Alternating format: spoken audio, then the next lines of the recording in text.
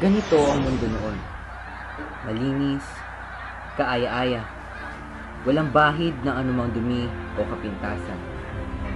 Lugar na lahat ng tao'y nanaising tirhan at gawing tahanan, pagkat ito'y tunay na maganda at kulay berde.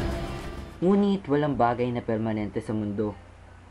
Lahat ng bagay maaaring magwakas, maaaring magbago, at maging bagay na hindi natin nanaising kagisnan. Hindi na natin kailangan pang lumayo sa ating kinatatayuan upang sabihin ang mundo'y malaki na ang pinagbago. Ang mundong nooy tila bituin sa ating paningin ay ngayoy hindi na natin nanaising tingnan o titigan. Ilang taon na ba tayong nabubuhay sa mundo? 10, 15, o baka higit pa? Masasabi kong naging mapalad pa ako kahit papaano, at nasilayan ko pang may buhay na ilog sa bukid. Malinis sa dagat, nakalalanghapan ng hangin hindi masakit sa ilong.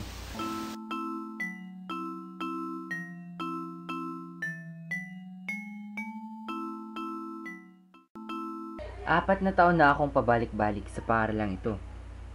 Dito rin nabuo ang aking kamalayan bilang isang mamamayang mulat ang kamalayan sa tunay na nangyayari sa mundo.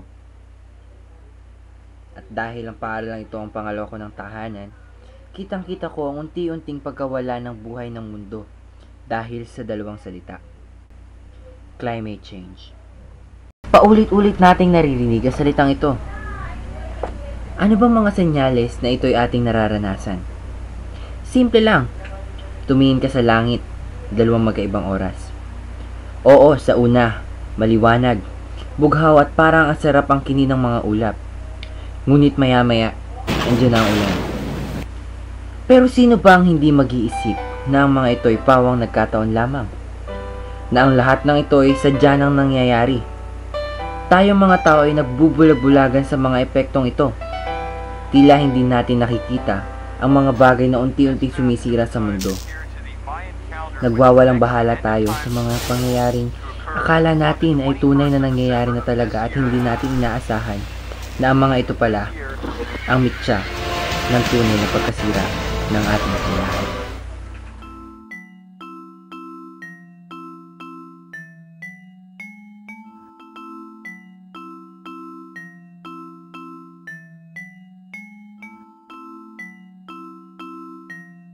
Sabi ko nga kanina, hindi na natin kailangan pang lumayo upang bigyang patunay ang climate change sa bansa. Magsimula tayo sa isa sa pinakamaliit na sektor sa lipunan, ang paaralan.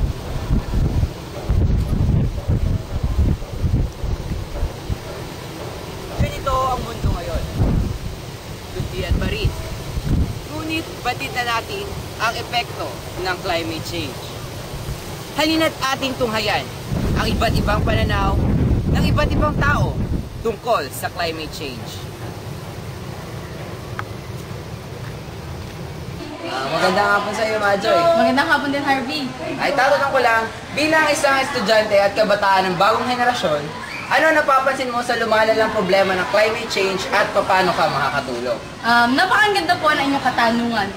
Magbibigay po ako ng isang napakagandang halimbawa kung paano ko may papaliwanag ang paglala ng ating climate change. Una, kaninang umaga, napakasikat ng araw. Nandun siya, nasa gitna-gitna pa nga ng langit. Tapos ngayon, sobra namang makulimlim. Tapos, hindi ko alam kung ano mangyayari. Kumbaga, hindi natin alam kung anong proseso ang ginagawa ng climate change. Pabigla-bigla siya, walang tiyak na kasiguraduhan kung kailan siya dadating at kung kailan siya aalis. Ako bilang isang kabataan at isang estudyante dito sa paaralan, dapat matuto tayo ng pagtatapon ng wasto ng mga basura. Dapat magkaroon tayo ng nabubulok at di nabubulok. Yung mga nabubulok naman ay pwede natin gawa ng compost pit para yung imbes na sunugin imbes na ating ihiwalay sa mga nabubulok, sa mga di nabubulok ay may lagyan natin sa lupa at maging pataba pa ito sa lupa. Gawa ang mga sinabi kong iyon, dapat magsimula ako sa sarili ko. Kung hindi ko to gagawin, walang tao ang maniniwala o hindi ako magiging magandang ehemplo o halimbawa sa mga taong nakapaligid sa akin. Dapat simulan ko ang pagbabago sa sarili ko. Maraming salamat.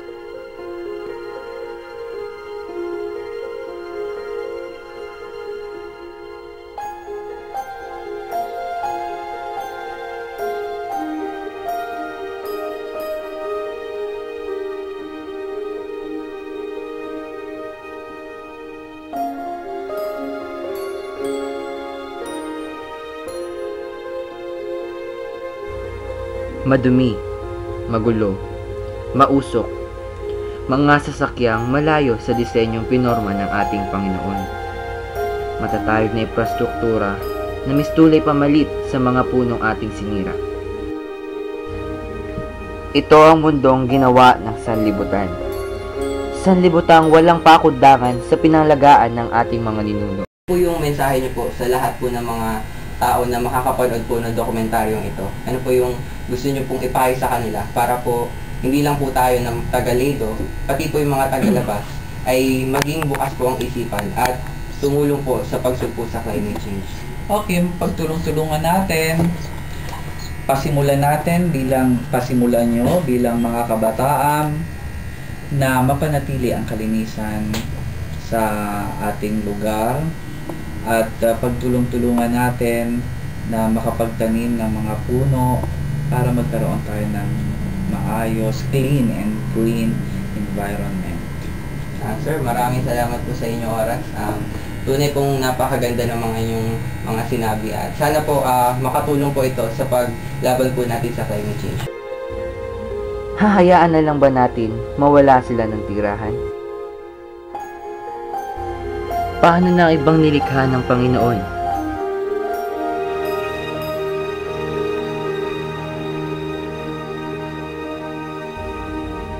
Tao na lang ba ang laging papaboran?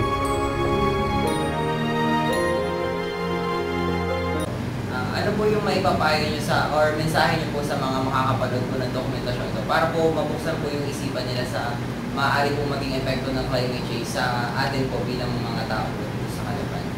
Well, alam mo ang sa amin sa amin ni Mayor Doy ang sa amin ay sana tayo lahat ng mga Calapeño ay matuto ng disiplina. Kaya ang aming tagline ngayon yung kapag disiplinado aasenso. Hindi lamang mag-isip tayo ng ibang paraan, hindi lamang tayo aasa. Halimbawa, katulad ng mangingisda, katulad ng mangingisda na yan, pagtaglakas ng alon, hindi makapangisda. Yun lang ang pinagkukuhanan ng income, ng pinagkikitaan, yung pangingisda. Pag malalakas ang alon, pag malakas ang dagat, hindi nakakapangisda. Ngayon, gano'n na lang ba? Pag hindi sila nakapangisda, ay lalapit na lamang ba sila sa gobyerno para sasabihin nila dahil sa lakas ang dagat, hindi sila makapangisda, wala silang kita, hihingi sila sa city government.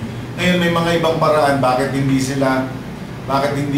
may mga livelihood tayong programs bakit hindi sila umisip sa panahon ng taglakas, umisip sila ng pagkikitaan iba, hindi lamang aasa sa gobyerno. So ito ay nasa tao nasa tao ang ating dapat nga disiplinado umisip ka kung ikaw ay magbagoong, mag-alamang dun sa mga tabing dagat, sa mga coastal barangays natin, pag hindi nakakahuli, may mga isda, magbagoong ka, livelihood, mag-alamang, magtinda ka. Katulad sa mga coastal areas, maraming sasahan dyan, maggagawa ka ng mga pawid.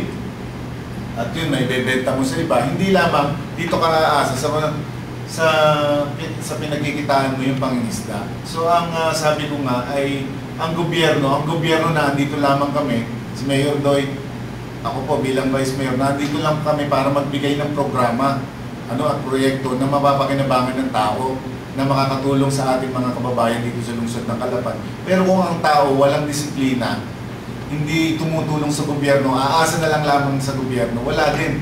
Hindi naman nakakasapat ang ating pera na puro bigay tayo tulong sa mga eskwelahan, sa mga farmers, sa mga fisherman, ay hindi lamang ganoon. So dapat tayo ay nagsasama-sama at saka yung disiplina dapat maging masipag at maging dapat lagi kang inspired, lagi kang inspirado, isipin mo lagi ang pamilya mo. Hindi lamang pag ganito, wala na nga, hindi ka makapangisda, ang gagawin mo, lalapit ka kay Mayor Doy. Hinihingi ng bigas, walang makain. Hindi naman pwede yun. Kasi kung buong 62 barangays lalapit, nahihingi ng bigas, ilang milyon na magagastos. Pero yun ay temporary lang yun. Pansamantala lang na solusyon yun, mabigyan ka ng bigas ng city government, kakainin mo lang for 5 days, paano yung natitira? Hindi naman kayang sustain lahat ng city government ka.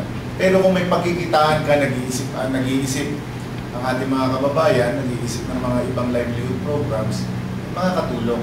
So, ang dapat dito, tulong-tulong ang mamamayan ng lungsod ng Caloocan, pati na rin ang pamahalaan ng lungsod. Vice Mayor, maraming salamat po. Ang mundong ating ginagalawan ay hindi permanente. At atin ring tandaan na hindi habang buhay ay magtatagal ito. Kung iisipin, napakaliit ang magagawa ng isa laban sa problemang ito. Ngunit kung sama-sama tayong kikilos at magtutulungan, ang gatuldok na magagawa ng isa ay magsisilbing hudyat ng pagbabagong matagal na nating inaasam.